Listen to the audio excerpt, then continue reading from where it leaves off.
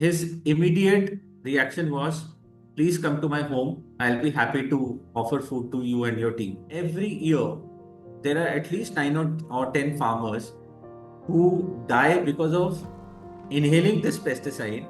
Find dead bodies of cats, dogs, pigeons, parrots, Oh, and they just he said, I forgot to tell you one thing very important.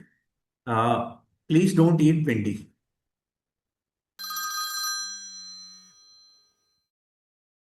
welcome to Missed Calls from Earth, the podcast where conversations inspire conservation. Today's guest is Mr. Prateek Tiwari, founder of Living Green Organics Private Limited, who left a 13-year-old corporate career to turn rooftops into organic farms. From pesticide concerns to sustainable cities, this is a conversation about rethinking how we grow, consume, and live. He is one of the individuals who answered Earth's missed calls. Good morning, Prateek, Good morning, sir. and welcome to Missed Calls from Earth. Thank you. Prateek, if you can take us through your journey of living green organics, what is it all about? Sir, I think I'll take you a little further back into history. Right, I did my engineering in agriculture, and then I did my MBA in international business from Indian Institute of Foreign Trade. And right, I started my career with Mahindra. And after working in Mahindra for a year and year and a half, I thought that I should get into organic farming. So I started a company in which we were focusing on farmers, and we were setting right, up organic agribusiness centers. And we tried to run it for 3 years, but ultimately we reached a conclusion that it's very difficult for the farmer to it's very difficult for us to convince the farmer to go organic. Although, ironically, every farmer that I've ever met who grows vegetable is an organic farmer, but his organic vegetables are restricted only for his own household. When the okay, farmer grows commercially, then the farmer uses all possible pesticides and any of those chemicals to ensure right, that he gets the maximum production. I went back to the corporate sector, but that dream of starting an organic farming company was still there. right, Spent some time in the organic sector, in the corporate sector, worked for Reliance Fresh, ITC, and with Walmart, and then I came across a juncture in my life when I lost many family members to cancer, oh, and that that trauma actually became the trigger point for me to take two decisions. One, I realized that it was more like looking at myself in the mirror and asking a simple question that am I able to add any value to a company like Walmart, which is already so rich, or can I add some value to people's lives? And the second thing was that I realized that I don't have the resources to go back to the farmer and convince thousands of farmers to go organic. So I said, why not think of a direct solution, a direct and a simple solution, in such a way that the consumer can grow food for himself or herself. okay, And that is when I had that eureka moment. I was ruminating on this thought that how can I make city people grow their own food? The challenge was space. In city, you right, don't have space. And I happened to wander on my own rooftop, and suddenly it hit me like a sledgehammer. A bulb went on in my head, and I realized, look at the rooftops around me. All of them are lying barren. They catch a lot of sun. They heat up the building, and there's nothing happening there. And right, ironically, we are trying to, on one hand, we are not doing anything about those empty rooftops. On the other hand, we are investing so much on air conditioning and guzzling so much of energy So somehow I felt that this conundrum could be broken by convincing people to grow organic vegetables on their rooftops. And Right. I felt that rooftops could be the next farms of the future. So that was the starting idea for Living Greens, and I started it in 2013. But if you add, mud and stuff on the rooftop, won't it start leaking? Well, when I started in 2013, that is precisely how rooftop farming was considered to be. People Right. assumed. So at that time, rooftop farming meant that you would be waterproofing a portion of your Right. rooftop and then spreading mud on it and then trying to grow vegetables on it. I mean, just absolutely imitating what's happening in the farms. Right. And that is precisely where I wanted to break that whole thought process. As Okay. an agriculture engineer, I was absolutely clear about one thing, that I don't have to spread soil on the rooftop. I can make vegetables grow in containers. And moreover, I could create a completely soilless organic medium and make the vegetables grow in a completely soilless medium. Totally soilless medium. Yes, these more than 4,000 houses that we have made organic, Right. uh, at each house, there is not a single molecule of soil that is being used. So what is it that gets used? That was actually the biggest challenge that we faced. We wanted to imitate soil, but at the same time, we didn't want the demerits of soil. So the demerits of Right. soil are the soil becomes heavy when it is irrigated. Yes. Soil contains eggs of termites and Yes. other worms. Then soil it may carry spores of fungus, right? So soil is not really a sterile growing medium.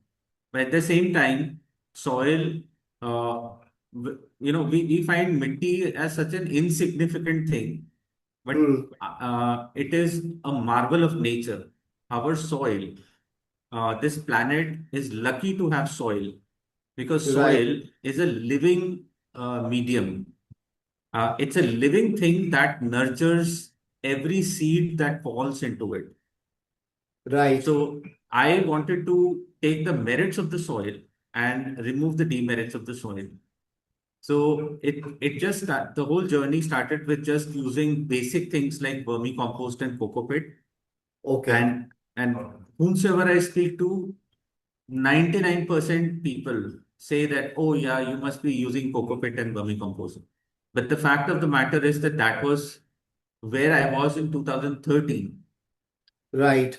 And when I started growing vegetables in just a combination of vermicompost and coco pit, they just simply didn't grow. Okay.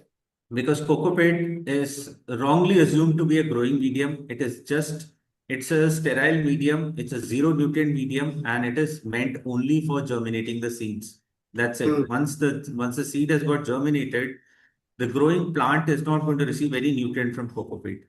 Okay. Similarly, using any of the composts like vermicompost or any of that, the nutrient profile of these compost is very thin. So I wanted to create something using which in a container, if I could fill that in a container, I Hmm. should be able to realize, or I should be able to get the maximum possible production of that vegetable. Okay. So finally, we created a soilless medium, which is a combination of about 14 different components. Okay. Yeah, we started adding components. We started adding microorganisms. We started adding solubilizing bacteria. We started adding mycorrhiza. Then we realized that as the time goes by, the medium in which you are growing the plant, the acidity or the alkalinity, what is called the pH, Hmm. the pH also starts becoming destabilized. Right. So we had to find organic pH stabilizers. So we Okay. started using things like fulvic acid, humic acid. Um, I think I just went overboard. I just went crazy in creating this medium because everything was so fascinating. And I realized that look at us. I mean, we have no value for our soil, whereas the soil, if you remove the demerits, it's a very good growing medium that has been created by nature. You don't even have to put your Right. brains in it, right? But look at the way we are damaging our soil. We are using all sorts of chemical pesticides and fertilizers and killing that soil.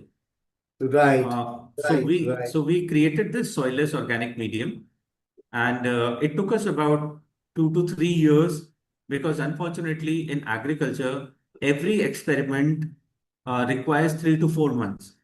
So Right. let's say you have mixed these components in a certain proportion. You put the seed.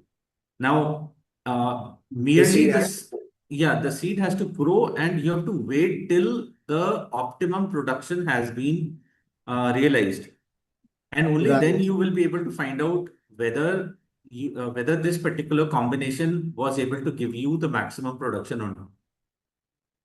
So Hmm. that was a back-breaking exercise. But as I said, I was completely in love with this idea of imitating soil for rooftop farming. So I persevered, and by the grace of God, I managed to create this So now organic it is medium. just like plastic crates filled with this soilless media. As of now, Uh, we are using. Again, that was around 2014 where we were using crates.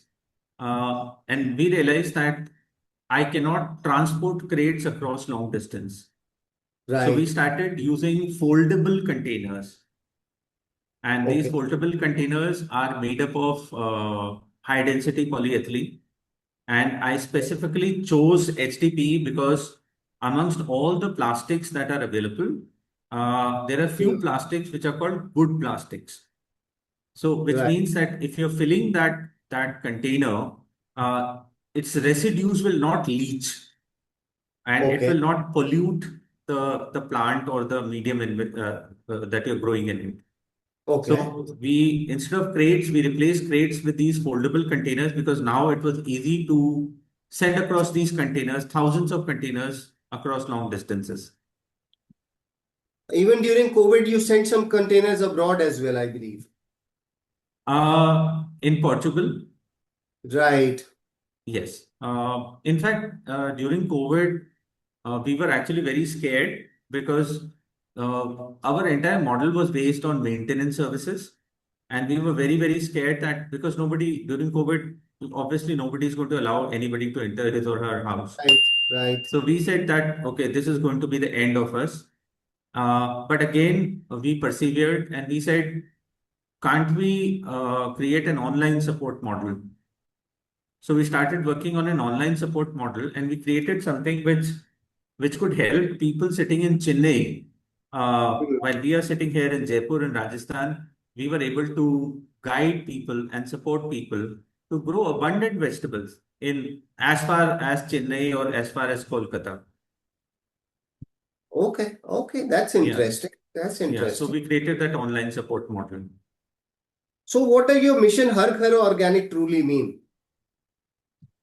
Uh, it's exactly what it says. My mission is to enable every house to grow its own organic produce. Yes, unfortunately, in this mission, I cannot include flats which have got very limited space. They don't have any Right. rooftop space. But yes, for houses that have rooftop space or even kitchen garden space, my message to every house is very simple. If you have empty space where you can grow vegetables, then it's a no-brainer to use that space to grow organic vegetables because not only is it going to give you food security, it's also going to keep your house cooler and it's going Cooler. to cut down on your electricity bills. Yes, they don't need ACs anymore. And if you take it one notch up, let's say you talk to institutions, you're talking to a hospital, you're talking to a school, you're talking Hmm. to a mall, you're talking to a large corporate office. Uh, Under their ESG programs, that means environmental social governance programs. Hmm. Now we are pitching to these large institutional customers and we are telling them that imagine if your electricity bill is, let's say, 1 lakh rupees a month. and I can bring it down to just about, I mean, I can shave off, let's say, 25, 30,000 rupees every month. Right. So that's a saving of 3.5 lakhs. So, Right. so it is not just, so we say, yes, our mission is Har Ghar Organic, but actually we want every roof to become organic. We don't want to see roofs. We just want to see farms. Greenery. Absolutely. See, my logic is that the house in which you are sitting, or the building in which you are sitting, and the building in which I am sitting right now, take the clock back maybe a couple of decades.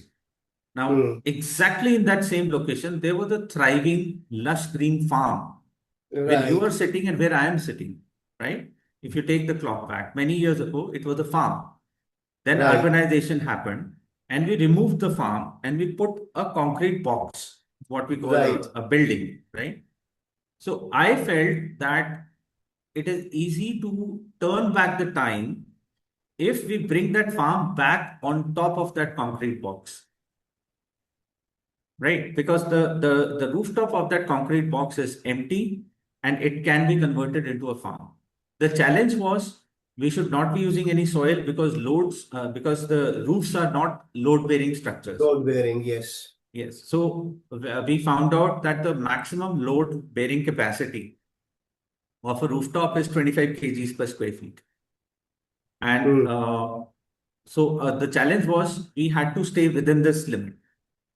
So our portable farming system is exerting only 13 kgs per square feet. Okay. Okay. So that's just close to half the permissible weight. What about the water which is being used?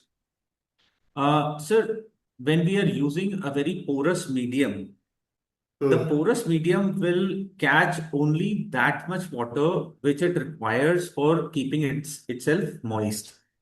Okay. All extra water goes inside a drainage system which is installed within the portable farming system. Okay. So, which means, let's say you have a downpour. Now, if Hmm. you put a box, then the box is going to be filled with water. But Right. if you have some sort of a drainage system which will be able to collect every single drop of extra water, take it out, but not let it spread on the rooftop surface. Using a drip pipe, it is then channelized all the way to the point where you have a drainage on your rooftop. Every rooftop has got a drain point. Right. So our portable farming systems they have this subsurface drainage system, and this drainage system collects all the extra water and puts it into the drain point, which is available on each rooftop. Okay. Okay. That's interesting. What realities about food made you uncomfortable to act like this? So two things, very specifically two things. And in fact, it was actually an incident that triggered a lot of emotions inside me. During my Walmart days, I was a regional buyer in Walmart. So as a regional Right. buyer, I and my team were supposed to procure fruits and vegetables directly from the source and Hmm. send them across to various Walmart stores across the country and even to Walmart stores overseas.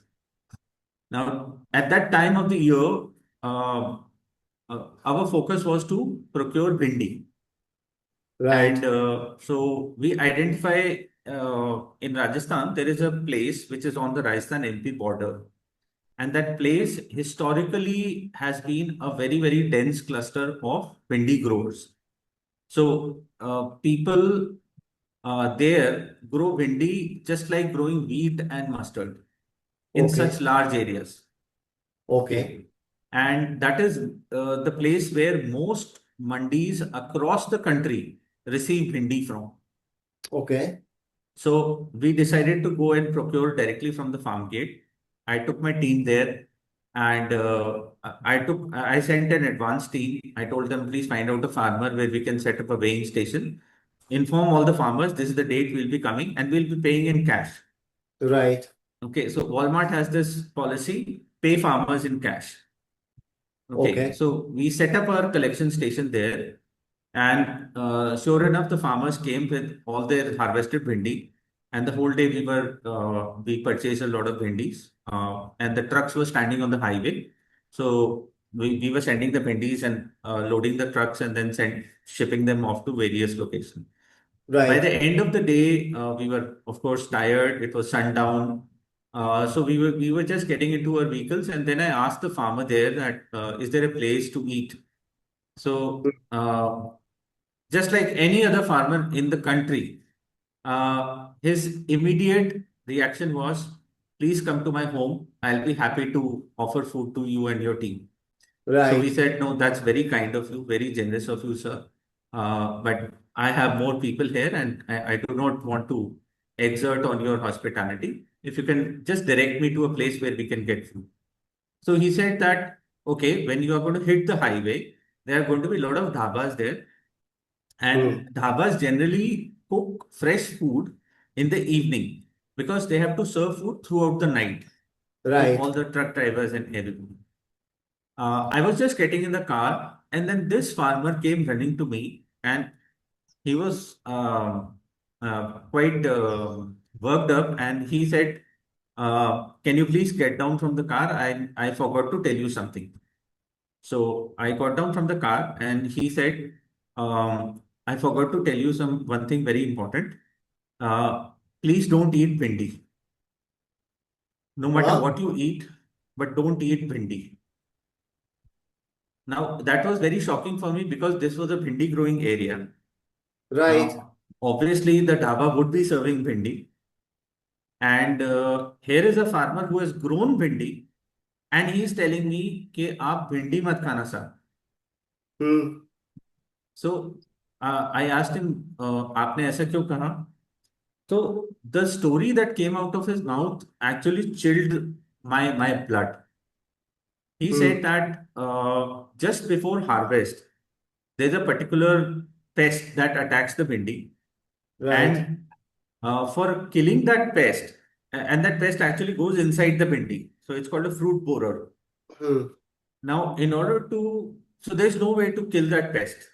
So any chemical pesticide that you spray on the bhindi, because Hmm. that thing has gone inside, so no contact pesticide is going to work. Now, in that area, there are systemic pesticides that are being used. They are all banned. Hmm. And a systemic pesticide is a pesticide which goes inside the tissue of the vegetable. So Okay. basically, the logic is if you can't kill the pest, you make the bhindi poisonous because the pest is going Okay. to eat that bhindi, and if the bhindi is poisonous, that pest is going to die. The problem is that that systemic pesticide is extremely poisonous. And so it's like the recommended dose, one thing it is banned, but even if you want to use it, you should be using like one spray in 15 days. Now, this Right. farmer told me that before harvesting, the farmer was spraying twice a day. And these sprays were so lethal that after the bhindi is harvested and after the field is cleared, they find dead bodies of cats, dogs, pigeons, parrots, Oh. and they just burn those bodies along with the the residue of the bhindi plant. Oh, right.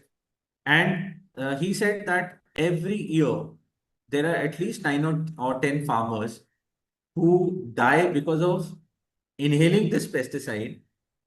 Hmm. And if a farmer is affected by this pesticide, he said, साहब हम तो उसको hospital भी नहीं लेके जाते, हमारे को मालूम है वो मर जाए.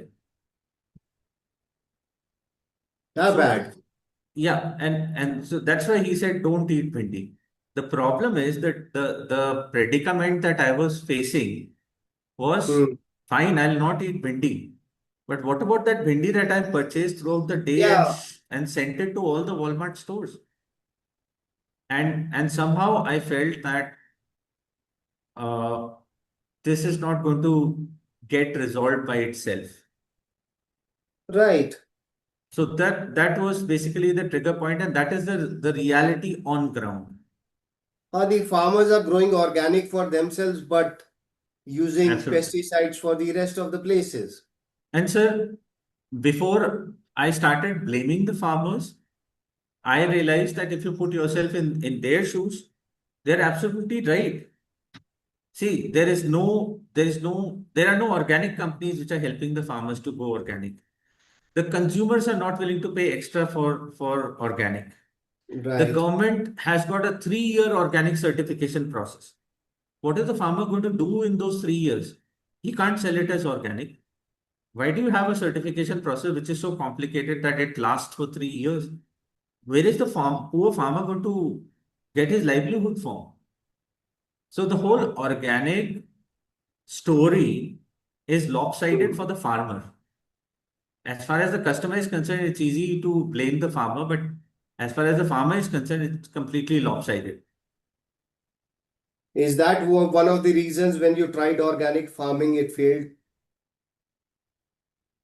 Uh, See, organic is not just a type of farming, sir. Organic farming has been a very deep part of a culture. We know of the four Vedas, the Rig Veda, the Samved, the Atharved, the Yajurved. But I don't know whether you or your audience would be knowing of another Ved, which is only on organic farming. It is called Vriksha Ayurvedam. Okay. Now, Vriksha Ayurvedam it tells about the rules of organic farming. So while today it looks like a very glamorous term, but organic farming is the only way that this Mother Earth has sustained and has given output and production to sustain the human civilization. Imagine if the Harappan Valley people started using urea and DAP. Do you think today we will have any soil left to do farming? I don't think so. So my effort is a very small, humble, and an insignificant effort to turn back the clock and to convince people that please don't wait for the farmer to go organic. You can yourself start growing organic vegetables in your own house, but in a very methodical way, which is really our invention and which is really our offering. That is where our innovation has happened. That is when you realize the consumer should become the producer himself or the grower himself. Yes, yes. I found that to be the most direct and the simplest and the most sustainable solution.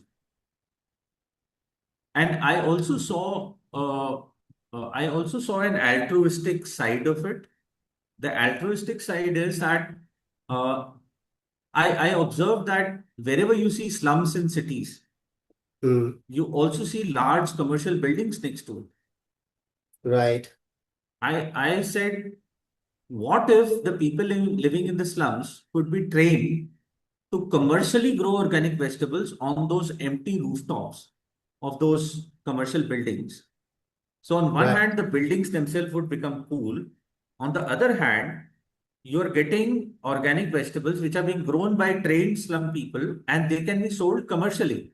Now imagine a head of lettuce being supplied to a chef in Marriott as Hmm. compared to, and which has been harvested like 30 minutes ago, Right.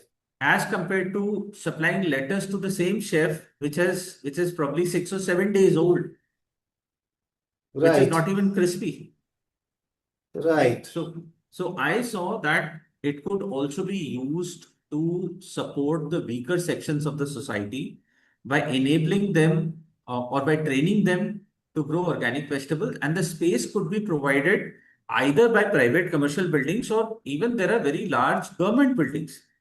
There Right. are government schools, there are government hospitals, there are government offices, there are government dispensaries. There's so many government buildings. So even if the government could step up and say, okay, here is the space available. Hmm. Somebody can come and train these guys. And whatever they're growing commercially here, this place itself could become a point of sale. See, because when the farmer grows in the farm, he's like 50, 60, 100 kilometers away from the consumer. But when Right. you're growing on the rooftops, that's bang in the heart of the city, where even the most HNI customers would be happy to come there and see fresh organic vegetables being harvested in front of their eyes, and they would be happy to pay a premium. So it is not just about making Har Ghar organic. It's also there is also an altruistic side of this idea. What stops the urban people from growing their own food? Pardon me, sir. What stops? What stops the urban people from growing their own food? That's a very pertinent question. Basically, two things. One, lack of knowledge. Two, lack of time. Hmm. And three, a mindset that ये तो माली का काम है. Hmm. This is the work of a gardener, right?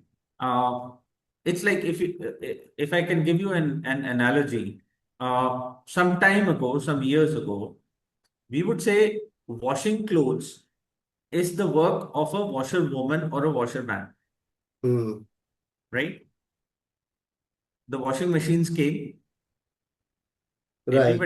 Everybody uses washing machine, right? The same thing is happening in case of growing your own food. People assume that it requires a lot of knowledge, it requires a lot of time, and they also assume that there is a lot of physical drudgery that is required. You Hmm. know, the moment you use the word farming, most urban citizens get this mental picture of a sweaty farmer who is sweating it out under the harsh sun. True. Okay. So we said our real innovation is in creating a whole new method of farming, which is urban farming.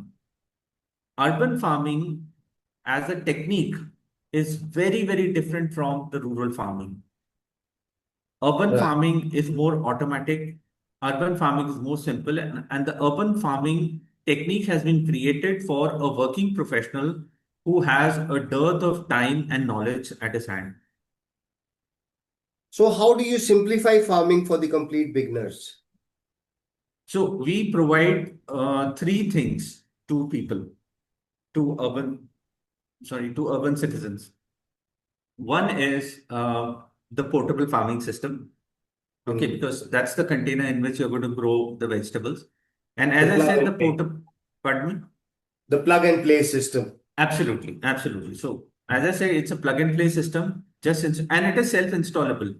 We have Okay. designed it during the COVID days. We completely changed the design in such a way that we could ship it to any corner of the country, and the person would be able to install it himself or herself. Even ladies are able to install it. It is so simple. During COVID, there were many senior citizens who were able to install it very simply on their own because they didn't have any labor or any such help available. But they were able to do it. Even senior citizens were able to. So the What is first the com. cost of such a system? So rather than putting a cost on the system, what we have Hmm. done is that we have created what are called urban farming packs. Okay. Now, an urban farming pack consists of two parts: the portable farming system, and the more important thing is a complete organic plant protection kit. Right. Now, actually, this was the missing link.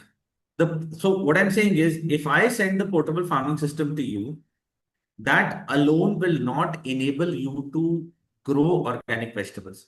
Because when you're going to put the seeds, when the plants are going to grow, the plants are going to suffer from nutrient deficiency, they're going to suffer from pest attack, they're going to suffer from disease attack, right? And then Right. what are you going to do? Right? Suppose I just give you suggestion, okay, go to the market and buy this and spray it. Go to the market, buy this and spray it. Now, on one hand, I am cognizing the fact that the urban citizen doesn't have any time.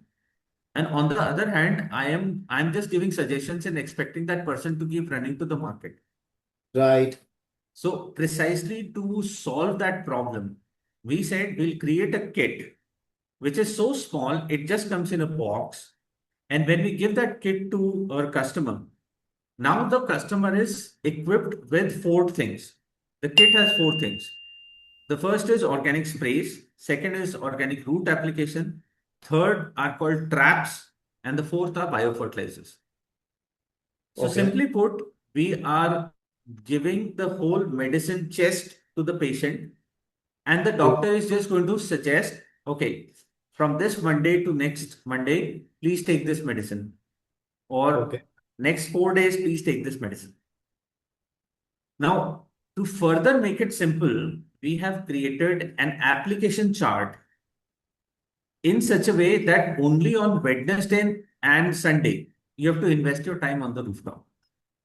All Okay. other days of the week, you don't have to bother. The only thing is you just have to switch on the drip irrigation system and that's it. Forget about it. But on Mm. Wednesday and on Sunday, we have said on Wednesday, these are the three sprays that you have to do. On Sunday, these are the three sprays that you have to do. That is again standardized. Depending on the time of the year, we have standardized that process also. So coming back to your question, how much does it cost? The urban farming packs have been created from 5,000 to 50,000, Okay. depending on your budget, depending on your area, depending on your requirement. Now, the packs from 5,000 to 25,000 are the packs which are basically for people who have extremely constricted rooftop area, or maybe they just have a large balcony. Mm. Okay, primarily for people living in the metros. Right. For people who have just about 200 or 300 square feet area available on the rooftop, then the 25,000 packs kick in. The Okay. 25,000 packs and the packs above from 25,000 to 50,000, those are the real value for money packs. Mm. So in each pack, you get three things. One, you get the portable farming system. Two, you get the complete kit. And three, you get the seeds. Right. So now everything has traveled to your house. If you want us to install, our team will travel and install. If you want to do self-installation, you can just see the installation video and install. And from there on, we have this online hand-holding support process. Right. And to make it even more simple, we have created our own software, which is the one of its kind in the world. It's the only Mm. urban farming software that offers online support to anybody across the country or even overseas.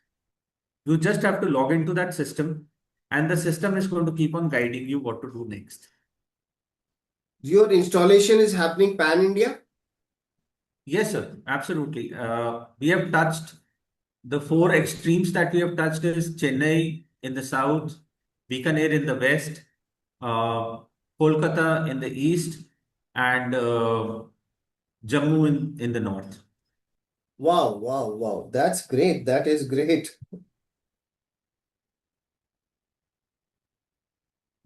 So from your system, the people can come and check out what has to be done, uh, what has to be sprayed and everything. Yeah, so there are two levels. One is there is an application chart. If you just follow the application chart, the attack of pest and diseases itself will get controlled by 90%. Hmm. But if you have a problem, just share the problem picture into that software and the software is going to give you an answer. Okay. Okay. How is it different from terrace gardening? Sir, I think it's a matter of semantics actually. There is no such thing as a standardized technical term. Like for example, urban farming. Couple of years ago, it didn't even exist because it sounded like an oxymoron. I mean, how can you have urban and farming sitting in the same sentence? It sounded self-contradictory. So, terrace gardening, container gardening, rooftop gardening, rooftop farming, they all mean the same. Yes, what is entirely different from this gamut of terms is hydroponics. Now, Right. hydroponics sits in an entirely different domain. Right. Hydroponics requires you to first set up an infrastructure where you can control temperature, you can control humidity, because you're going to feed the plants with water-soluble nutrients, and Right. you need to put the plants in an extremely controlled environment, such that the plants don't suffer from any pest or disease attack. So, Right. in simple words, hydroponics is a great technology on a commercial basis, but if you at a household basis, there is no chance in the world that hydroponics would ever be viable. And my focus was, as a mission statement says, Har Ghar Organic. Yes. Tell us about your green wall projects. So green wall, actually, we started working on green walls. Again, it was a eureka moment. Uh, I felt that if we have a soilless medium which is extremely lightweight and we are able to grow every single vegetable in that soilless medium, so we started experimenting with ornamental plants. And we realized that ornamental plants actually grow faster in a soilless medium because Hmm. it's more porous. It allows the roots to grow faster. So we felt that if using the same medium, if we can grow plants, ornamental plants vertically, Hmm. then on one hand, we are saying that we want to cool the roofs, but roof is not the only exposed part of a building. Hmm. The vertical walls themselves are also exposed. So let's say if there is a south facing wall, that will be exposed to the sun. So Right. we said rather than covering that wall with a reflective paint or any such thing, why not use plants? Right. So the concept of green wall started from the need for creating outdoor green walls. But then when we moved the green walls indoor, we were quite surprised that putting plants inside the building can have remarkable effect on the workspace efficiency. Okay. We came across a term called sick building syndrome. Okay. Buildings can become sick. Okay, just like rivers can become sick. Right. Right. So buildings become sick when the carbon dioxide increases, when the GHG gases increase, when the oxygen levels goes down, when Right. uh, when the viral load in the air inside the building increases. Right. So we realized that for all of these problems, plants happen to be the single most economical and sustainable solution. So whether you put plants inside a school or you put plants inside a hospital, uh, and we were surprised to find peer-reviewed research studies. For Hmm. example, in case of hospitals, it was found that if the convalescing patients were exposed to green walls, then their recovery rate was was much faster than the normal recovery rate. Okay. Yeah, and there was a study that was done in the schools of Abu Dhabi, where plants were installed inside the classroom, and the brain scan of the students inside the in those classrooms, they were studied over a period of time, and there were remarkable changes in the brain scan. The brain development was much faster when you have plants inside the classroom. So we realized that plants can be such wonderful. They can they can have such a wonderful effect on They people. can make a lot of impact. Yes. So whether it's a hotel or it's a hospital or it's a school, uh, uh, they can really have a massive impact. And then very recently, there's a whole new, a very innovative new domain that has come up, which is called green advertising. And Hmm. if there are, like for example, at the airports, you'll find a green wall, but then you'll also find something written with plants. Okay. So they are called living billboards, where we are using plants to write a message, and they are more eye-catching. They're not only eye-catching; they're also air purifiers. They're very aesthetic air purifiers. Absolutely. So we decided we have now started pitching this idea of living billboards to municipal corporations, telling them that if you install these living billboards, not only will the companies pay you for advertising their brand Right. because they are very eye-catching, at the same time, if you are installing a living billboard in a high traffic density area, you're also reducing the pollution of the air because the plants themselves are acting as air purifiers. Right. So we went to the extent of pitching this idea to the Election Commission of India and telling them that why don't you have a concept of plastic-free elections? Okay. Whenever there are elections, you see the amount of plastic that is used, whether it is in banners or hoardings or any of Yeah. that, or billboards, any of that. So we in fact, we almost got a final confirmation from the Election Commission in Goa. But that was unfortunately the time when COVID hit, and then we could not travel to Goa and pursue this. Hmm. Hmm. But yes, they acknowledged that this is a damn good idea. Is greenery becoming a part of the urban infrastructure now? Yes, yes. Uh, if you look at the budgets that are being allocated to smart cities, now it is compulsory for every smart city to use 15% of the smart city budget in what is called city greenification.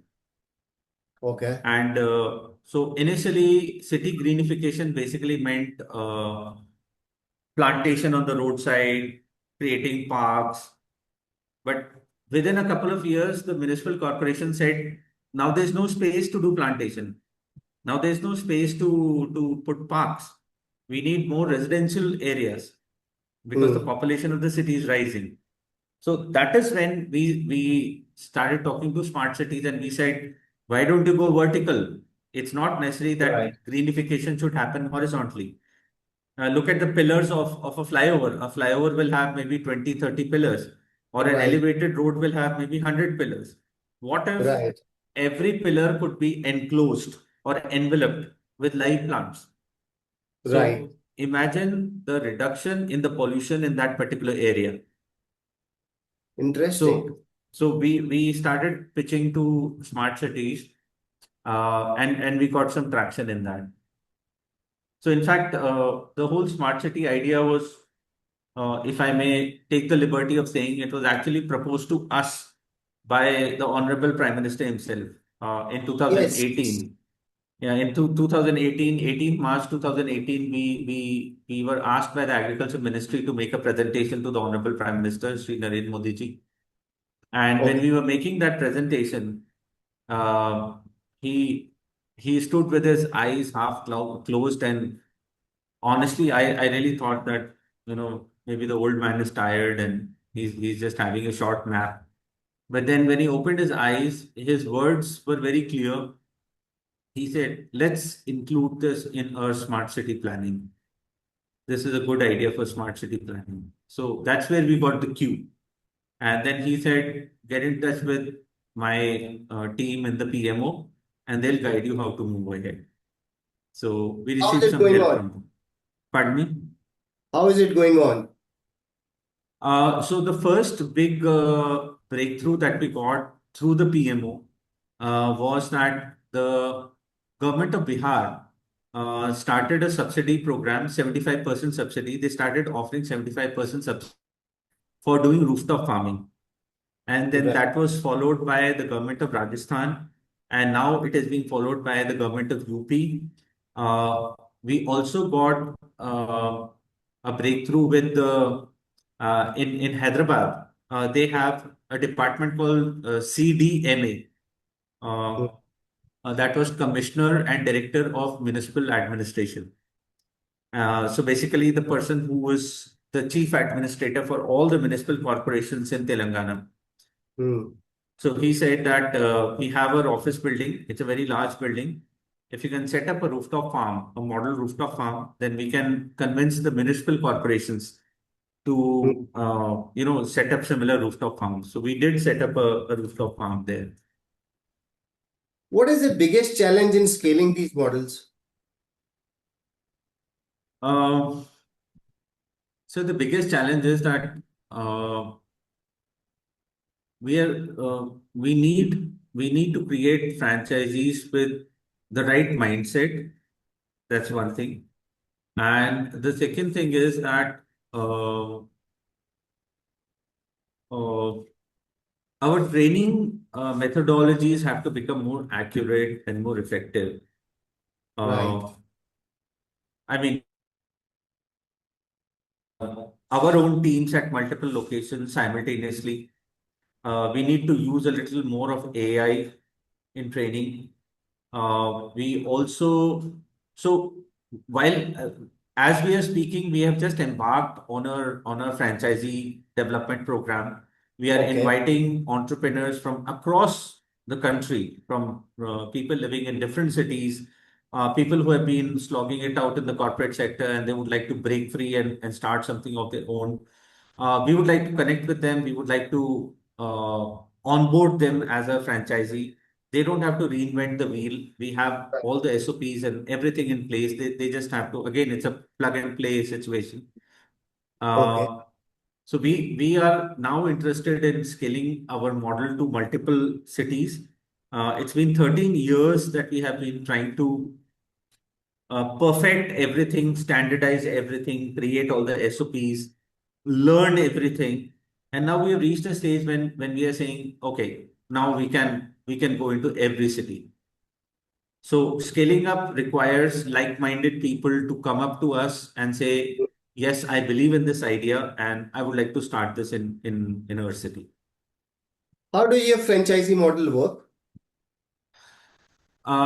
So the franchisee has to set up something called an urban farming center on his own rooftop. Hmm. And the total investment, the upfront investment of a franchise is about 4 lakh rupees.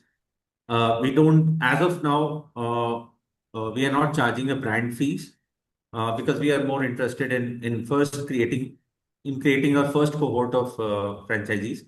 So with 4 lakhs, you can become a franchisee. You can set up. We will set up the urban farming center on your rooftop, and for one entire year, we will not only be doing marketing, we will not only be doing lead generation, we would also be doing telecalling on your behalf and Okay. passing on only the qualified leads to you. Okay. Okay. So that saves a lot of effort um, for the franchisee. And we understand. See, if there is somebody, let's say I have a franchisee in Chandigarh and or let's say Delhi, and there is somebody who says, yes, I am interested in doing it, doing this on my rooftop. But the poor franchisee is still very new to it, Right. right? And if we just pass on the raw lead to the franchisee, he may not be able to convert that lead. Right. So we have Right. a very elaborate franchisee development program, and we have a very senior person who is leading that program right now. His name is Vikas, and we have a financial tie-up with the government of UP to create franchisees across UP. Okay. He is offering a loan of about 5 to 7 lakhs without any collateral to any entrepreneur who would like to start this rooftop farming business in his or her city inside UP. Okay. This is just by the UP government. What This is is by Rajasthan the and Bihar government offering? Are they offering some shops as well? so the UP government is not offering any subsidy to the customer. It is offering financial support to entrepreneurs who would like to become a franchisees. The Okay. government of Rajasthan and Bihar are offering direct financial subsidy to customers who would like to do rooftop farming. So, for example, in let's say in Patna, you can start your rooftop farming journey by applying for this subsidy scheme, and you will get equipment worth 57,000 rupees by paying only 14,000 rupees. Similarly, in Rajasthan, you will get equipment worth 53,000 rupees by just paying 16,000 rupees. How important are these subsidies to in the support of growth? So subsidy, when a government offers subsidy, it's a very strong endorsement for the idea. It's a very strong acknowledgement of the idea that yes, this is a useful idea. Just like the government offering subsidies for EVs and in solar. So the moment the government steps in and says, we would like to financially subsidize this idea, everybody sits up and says, oh, it's a credible idea. If the government is willing to subsidize it, then it definitely must be a credible idea. So the amount of credibility and the endorsement and the fillip that the idea receives is amazing when the government steps in. Is this more of a lifestyle shift or a scalable business? So before COVID, it was more of a lifestyle. I would say it was more of a luxury choice before COVID, but COVID changed everything. From luxury, this became a necessity. Uh, People are only looking for an urban farming company in their city who can come and install the setup and offer them regular maintenance services. There's a Right. huge demand. I mean, uh, you name it. Even from very small cities, we receive inquiries. And for tier one and tier two cities, we are actually getting flooded with inquiries. And That's great. the only clincher is that people say, okay, either you can give me online support, but it would have been better if you had a franchisee in a city, then I would have paid for it immediately. So from a scaling up point of view, we have now realized that we need to have physical presence in multiple cities, and that's why we have started this. We've embarked upon this franchisee development program. What is your vision for urban farming by 2030? Um, Sir, in 2025, I thought I would develop a vision, but then a school friend of mine told me that the world is going to end in 2026. So I said, okay, so I sort of uh, I trashed that vision. I said, what's the point of having a vision if the world is going to end?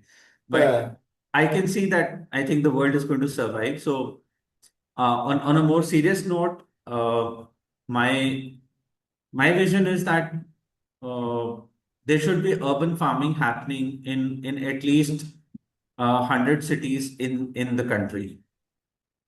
I have no desire to make this an export worthy idea or an exportable idea. No, I just want my country. I want my cities to do urban farming. And my vision is that at least 100 cities in the country would have urban farming centers. if every rooftop grows food, how will the cities change? Um, I mean, we are talking about the utopia. Cities would become heaven.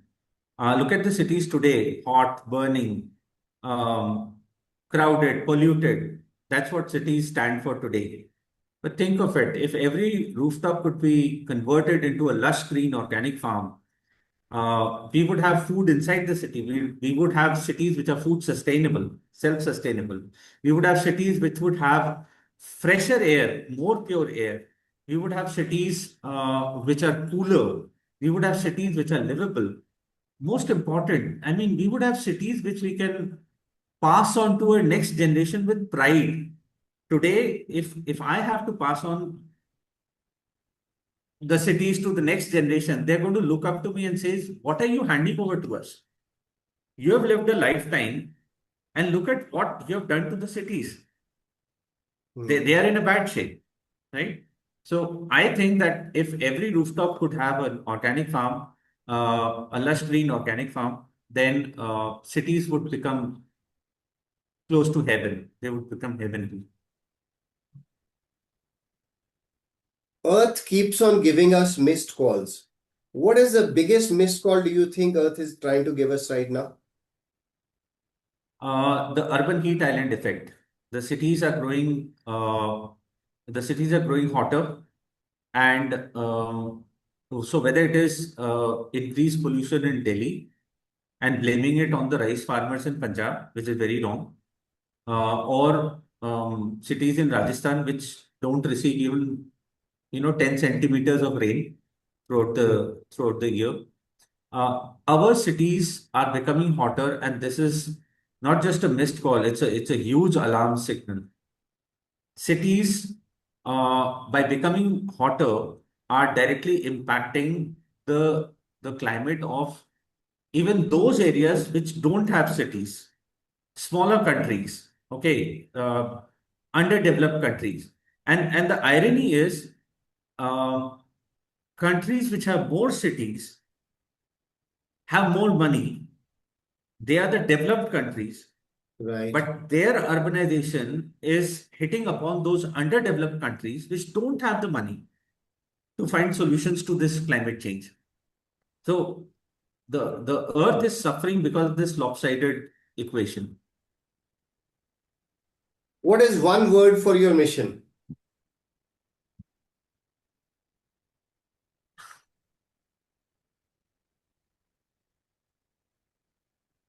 I think I'll have to be an English genius to come up with one word for our mission, but I think I like my mission. It has three words, and I love those words. My mission is Har Ghar Organic. Very good, very good. What would be your message to the youth? Uh, my message to the youth is that stop going for those conventional jobs. The world has changed. You know, the new world is is going to be uh, is going to be is going to have jobs which are directly related to three things: air, water, and food. Learn skills by which you can add value to any of these three domains. Right, In future, wars are going to be fought for one of these three things, or maybe all three of them. right. So just give up those conventional job ideas, those conventional education ideas, and start acknowledging that the world has changed. And Right. this changing world requires you to have new set of skills which are directly related to air, water, and food. Very true. Very true. Thank you, Prateek, for being with us today and answering a lot of these questions. And so, a lot of people will be now interested in growing on the rooftops. Thank you. It was lovely. It was very nice meeting you today. Thank you so much, sir. Thank you Take for care. Have a nice inviting me. day. Thank you so Thank much, you. sir. Bye. Thank you. Bye-bye. The thing which Prateek talked about bhindi really shook me. I am seriously thinking about growing my own food. Don't you think the same? I am sure this episode made you think that we need to grow our own food without pesticides. If this episode really made you rethink how to use our rooftops to grow our food, let's do it. Because real change doesn't begin on farms, it begins at home. Until next time, don't ignore Earth's missed calls. See you in the next podcast.